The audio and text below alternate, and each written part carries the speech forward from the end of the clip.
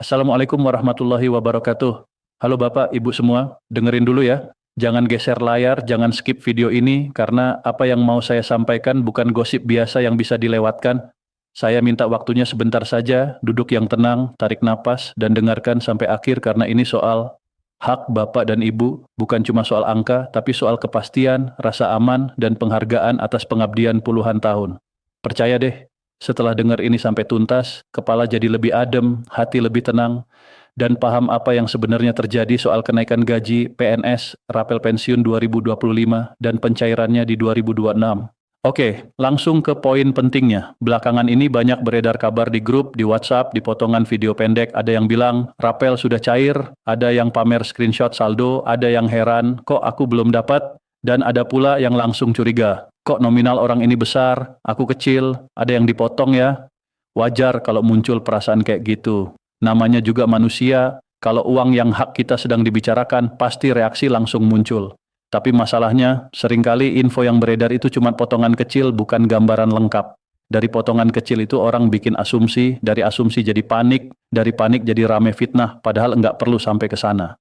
Jadi di sini kita bakal ngobrol pelan-pelan, runtut, dan berdasarkan penjelasan resmi pihak yang berwenang, Kementerian PNRB, Kementerian Keuangan, dan PT Taspen, Persero. Saya akan jelasin mulai dari gambaran besar sampai ke hal teknis yang sering bikin salah paham, semua pakai bahasa gampang dimengerti, sama sekali enggak mengurangi esensinya.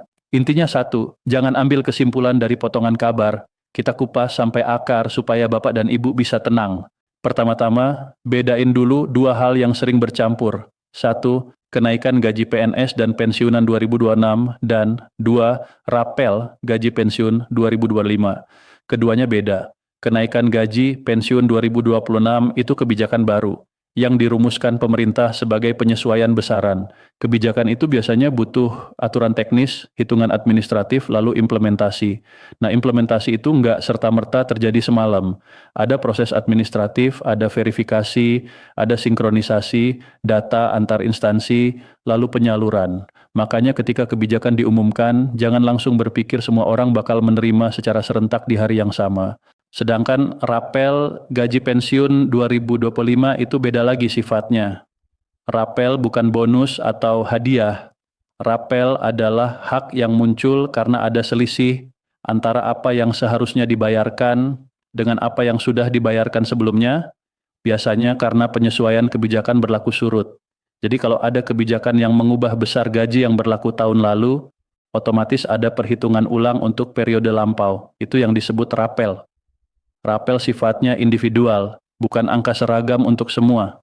Jadi ketika Bapak lihat teman dapat sekian juta, lalu langsung dibanding-bandingkan, itu tidak tepat karena tiap orang punya variabel sendiri. Sekarang kita kupas lebih dalam. Kenapa rapel bisa berbeda-beda antar penerima? Jawabannya panjang, tapi saya jelaskan step by step supaya jelas. Pertama, rapel dihitung berdasarkan data masing-masing penerima. Artinya perhitungan memperhitungkan beberapa variabel penting. Golongan terakhir sebelum pensiun, masa kerja, status pensiun, misal pensiun normal, pensiun karena cacat, pensiun karena meninggal ahli waris, komponen-komponen gaji yang menjadi dasar, gapok, tunjangan tertentu yang ikut penyesuaian, dan sebagainya. Semua ini berbeda antar individu. Jadi logis kalau nomornya beda. Kedua, rapel dihitung untuk periode tertentu. Misalnya kebijakan penyesuaian berlaku surut sejak Januari sampai Desember tahun tertentu. Rapel dihitung dari selisih tiap bulan untuk periode itu. Kalau masa pensiun Bapak atau Ibu baru mulai pertengahan periode atau ada perubahan status di tengah periode, jelas jumlah bulan yang dihitung berbeda. Ini juga menyebabkan nominal berbeda. Ketiga, ada faktor pembulatan dan aturan teknis perhitungan. Dalam sistem pembayaran skala nasional, sering ada mekanisme pembulatan, aturan potongan, misal pajak yang berbeda karena status, dan komponen lain yang mempengaruhi take home pay. Jadi, walau gaji pokoknya sama, komponen lain bisa bikin hasil akhir berbeda. Keempat, ada data. Kalau data yang tersimpan di sistem berbeda, misal nomor rekening yang belum update, masa kerja yang belum sinkron, atau status ahli waris yang belum lengkap, maka perhitungan bisa ditahan sementara sampai verifikasi selesai. Jadi ada yang cair lebih awal, ada yang cair belakangan. Bukan karena haknya hilang, tapi karena harus diverifikasi datanya dulu supaya tidak salah transfer. Nah, bicara soal penyaluran, disinilah istilah yang sering muncul, smart distribution. Ini bukan istilah teknis yang membingungkan. Intinya adalah pendekatan penyaluran dana yang bertahap supaya dana sampai ke penerima yang tepat, dalam jumlah yang tepat, berdasarkan data valid. Kenapa mesti smart? Bayangkan jutaan rekening yang harus diproses. Kalau langsung dicairkan serentak tanpa verifikasi berlapis, risiko salah transfer besar, uang bisa masuk ke rekening yang sudah tidak aktif, bisa terjadi duplikasi transfer, atau transfer ke rekening yang keliru. Kalau itu terjadi, koreksinya malah makan waktu lebih lama dan bikin repot Bapak Ibu. Jadi lebih baik dicairkan bertahap, diverifikasi, dan dipastikan aman. Kalau Bapak Ibu lihat di grup ada yang sudah menerima dan ada yang belum, jangan buru-buru ambil kesimpulan. Itu biasa dalam skema bertahap. Kadang ada 2 tahap pencairan, sebagian masuk lebih awal, sisanya menyusul setelah verifikasi akhir. Jadi yang tampak di saldo bukanlah potongan hak melainkan pembagian waktu pencairan, hak tetap utuh. Sekarang kita bicara tentang PT Taspen. Taspen adalah pihak yang menyalurkan hak pensiun. Mereka sudah menyatakan bahwa rapel gaji pensiun 2025 dibayarkan penuh sesuai ketentuan. Tidak ada penghapusan hak, tidak ada pengurangan, tidak ada pengalihan. Namun mereka juga menegaskan proses penyaluran tidak selalu serentak secara nasional karena pertimbangan akurasi data dan keamanan transaksi. Jadi apabila ada yang bilang Taspen hapus sekian persen atau Taspen potong duluan, itu informasi keliru. Kalau merasa jumlah berbeda, cara terbaik adalah cek sumber resmi. Aplikasi Taspen Mobile, call center resmi Taspen, atau langsung ke kantor cabang Taspen setempat. Jangan percaya janji-janji orang tak jelas di grup. Sambil ngomongin itu, saya mau tekankan soal verifikasi data. Ini penting banget. Penyaluran biasanya berjalan otomatis selama data kepesertaan terisi lengkap dan valid. Data yang dimaksud meliputi identitas kepesertaan, nomor rekening, status penerima, alamat tercatat, dan kalau relevan data ahli waris. Kalau data tidak lengkap atau ada ketidaksesuaian, sistem akan menahan pencairan sementara untuk mencegah kesalahan. Pembaruan data ini tidak dipungut biaya. Dan sekali lagi, Taspen tidak pernah meminta OTP, PIN, kata sandi, atau data sensitif lainnya lewat telepon atau pesan. Kalau ada yang ngaku petugas dan minta itu penipuan. Jangan ditanggapi, blokir dan laporkan. Di tengah masa tunggu seperti ini, manusiawi kalau banyak yang rajin cek saldo ATM atau buka Taspen mobil tiap hari. Itu wajar, itu menunjukkan kepedulian terhadap hak sendiri. Tapi perlu dijaga caranya, cek untuk memastikan, bukan untuk menambah kecemasan. Kalau setiap kali buka grup dan lihat screenshot rekening orang lain langsung panik, itu justru bikin mental drop. Ingat, proses bertahap adalah normal. Fokus pada data sendiri. Apakah data identitas dan nomor rekening sudah benar di Taspen? Apakah dokumen pendukung lengkap? Kalau belum, segera update lewat kanal resmi. Sekarang mari kita masuk ke bagian yang biasanya bikin orang paling gusar. Bagaimana rapel dihitung secara teknis? Saya akan jelaskan pola dasarnya tanpa membuatnya jadi rumit. Prinsipnya, rapel yak gaji baru yang seharusnya diterima per bulan, gaji yang sudah diterima per bulan. X jumlah bulan periode rapel, kemudian dikoreksi dengan komponen lain, misal pajak, potongan, tunjangan yang relevan. Tapi ingat, angka gaji baru dan gaji lama itu bukan sekadar angka tunggal.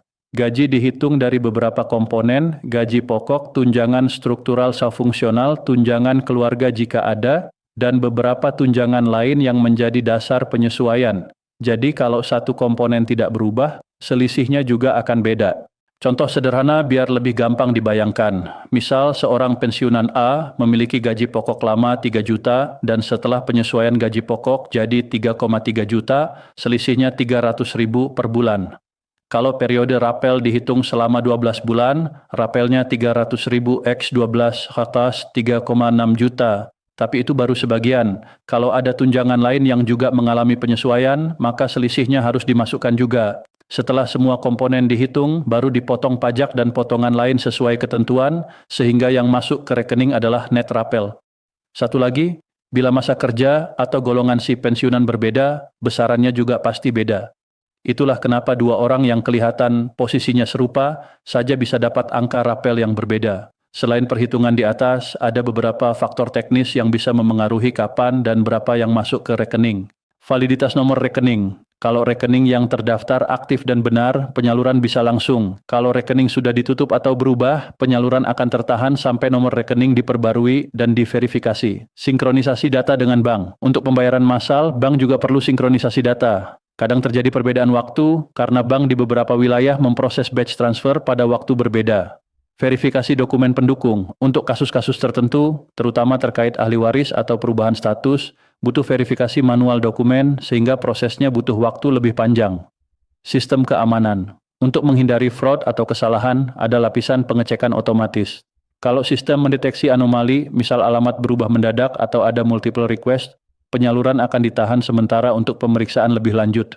Karena itu ketika ada yang bilang, kok aku belum dapat padahal temanku sudah, jangan langsung curiga. Cek dulu, apakah data Bapak Ibu sudah lengkap, apakah ada notifikasi dari Taspen. Kalau belum, segera update datanya lewat kanal resmi. Kalau sudah lengkap dan masih belum cair, laporkan ke kantor Taspen terdekat atau call center resmi, biasanya mereka akan bantu cek statusnya.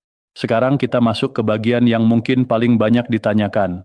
Kalau nilai rapel berbeda, apa yang harus saya lakukan? Jawabannya, pertama, jangan panik. Kedua, cek datanya. Ketiga, hubungi kanal resmi jika perlu. Ingat langkah berikut, cek Taspen Mobile atau website resmi Taspen. Di sana biasanya ada informasi mengenai status pencairan.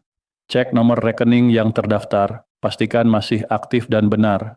Pastikan status kepesertaan dan data ahli waris, kalau relevan, sudah terupdate. Kalau ada selisih yang dirasa signifikan dan tidak sesuai perhitungan dasar, bawa berkas ke kantor Taspen terdekat untuk dilakukan verifikasi ulang. Jangan percaya pihak ketiga yang menawarkan percepatan pencairan dengan imbalan uang. Itu modus penipuan. Langsung laporkan. Ngomong-ngomong soal penipuan, ini penting banget. Saat ada momentum pencairan besar-besaran, selalu ada pihak nakal yang mencoba memanfaatkan kebingungan. Mereka mungkin mengaku sebagai petugas Taspen, minta data, janji percepatan, atau bahkan minta biaya. Jangan percaya. Taspen tidak pernah meminta biaya untuk pembaruan data dan tidak pernah meminta OTP, PIN, atau password. Kalau ada yang minta itu lewat telepon, SMS, atau WhatsApp, pasti penipuan. Cara aman, blokir, laporkan, dan konfirmasi lewat kanal resmi. Sekarang mari kita kembali ke mindset yang harus dipelihara. Sabar, cek fakta, dan fokus ke kanal resmi. Sabar bukan berarti pasif, sabar di sini berarti menempuh langkah yang benar. Cek data sendiri, update jika perlu, dan pantau kanal resmi. Jangan ikut-ikutan sebar screenshot tanpa konteks di grup besar karena itu bisa memicu kecemasan massal.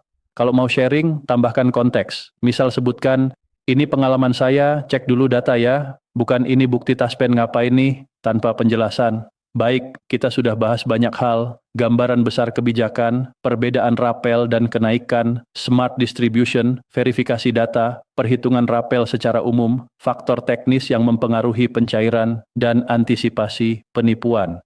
Sekarang saya ingin menutup dengan rangkuman yang menenangkan dan tindakan praktis yang bisa Bapak Ibu lakukan hari ini agar hati lebih tenang. Rangkuman singkat dan praktis. Hak Bapak, Ibu tidak dicabut. Pemerintah dan Taspen sudah menegaskan rapel dibayarkan sesuai ketentuan. Tidak ada pengurangan atau pengalihan hak. Perbedaan nominal wajar. Rapel bersifat individual, tergantung golongan, masa kerja, komponen gaji, dan periode penghitungan. Jangan banding-bandingkan tanpa memahami dasar perhitungannya. Pencairan bertahap normal. Smart distribution adalah langkah pengamanan sehingga pencairan tidak serentak di seluruh wilayah. Jika belum cair, bukan berarti hak dicabut. Update dan verifikasi data. Pastikan nomor rekening, identitas, dan data kepesertaan terupdate di Taspen. Pembaruan tidak dipungut biaya. Waspada penipuan. Taspen tidak meminta OTP, PIN, password. Jangan beri data sensitif pada pihak tak resmi. Jika ada masalah, hubungi kanal resmi. Taspen Mobile, kantor cabang Taspen, atau call center resmi. Bawa dokumen pendukung bila perlu untuk verifikasi manual. Tindakan praktis yang bisa Bapak Ibu lakukan sekarang juga. Buka aplikasi Taspen Mobil lalu cek profil dan data rekening.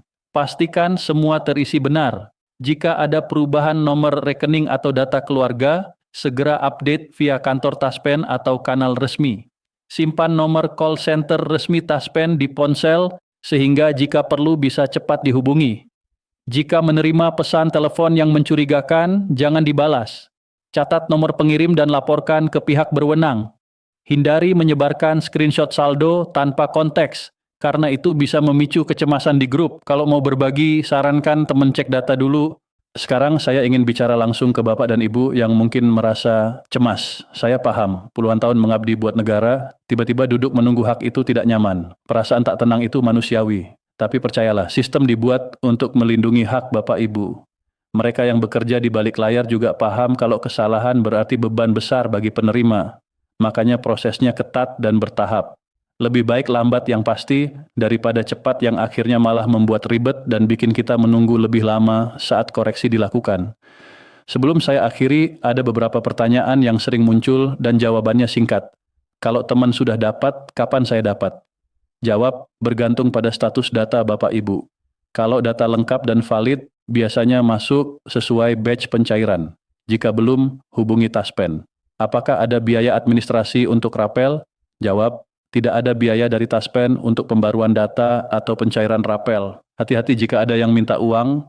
Kenapa nominal teman dan saya beda? Jawab, karena rapel dihitung individual berdasarkan golongan, masa kerja, komponen gaji, dan periode. Kalau ada kesalahan pencairan, berapa lama koreksinya? Jawab, waktu koreksi bisa berbeda-beda, tergantung kompleksitas kasus. Makanya verifikasi awal itu penting supaya koreksi tidak terlalu sering terjadi. Untuk menutup, saya ulangi pesan paling penting. Jangan menyimpulkan dari potongan kabar, jangan mudah percaya pesan berantai yang enggak jelas sumbernya, dan selalu kembalikan pengecekan ke kanal resmi. Jaga komunikasi di keluarga dan grup, bantu sebarkan informasi yang benar, dan tenangkan yang panik dengan fakta, bukan asumsi. Terakhir, pesan yang menenangkan, Bismillahirrahmanirrahim. Selama negara sudah menegaskan hak, selama proses administratif berjalan, yang perlu kita lakukan adalah sabar, cek data, dan waspada terhadap penipuan. Hak Bapak dan Ibu tetap ada, itu yang harus terus kita pegang. Semoga setiap tarikan napas diberikan kesehatan, umur panjang, dan rezeki yang penuh berkah. Semoga masa purna tugas menjadi hari-hari yang damai, jauh dari kegelisahan dan penuh rasa syukur atas pengabdian yang sudah diberikan. Kalau Bapak Ibu mau, simpan video ini sebagai referensi. Kalau ada teman yang panik, kirim link ini saja, biar mereka dengar penjelasan lengkapnya. Dan kalau masih ada yang bingung soal cara cek atau update data, saya ringkas lagi, buka Taspen Mobile, cek profil, kalau ada yang masih ragu langsung hubungi kantor Taspen terdekat. Jangan lupa, jangan beri data sensitif ke pihak manapun yang tidak resmi. Terima kasih sudah setia mendengarkan sampai akhir, semoga bermanfaat dan menenangkan. Wassalamualaikum warahmatullahi wabarakatuh.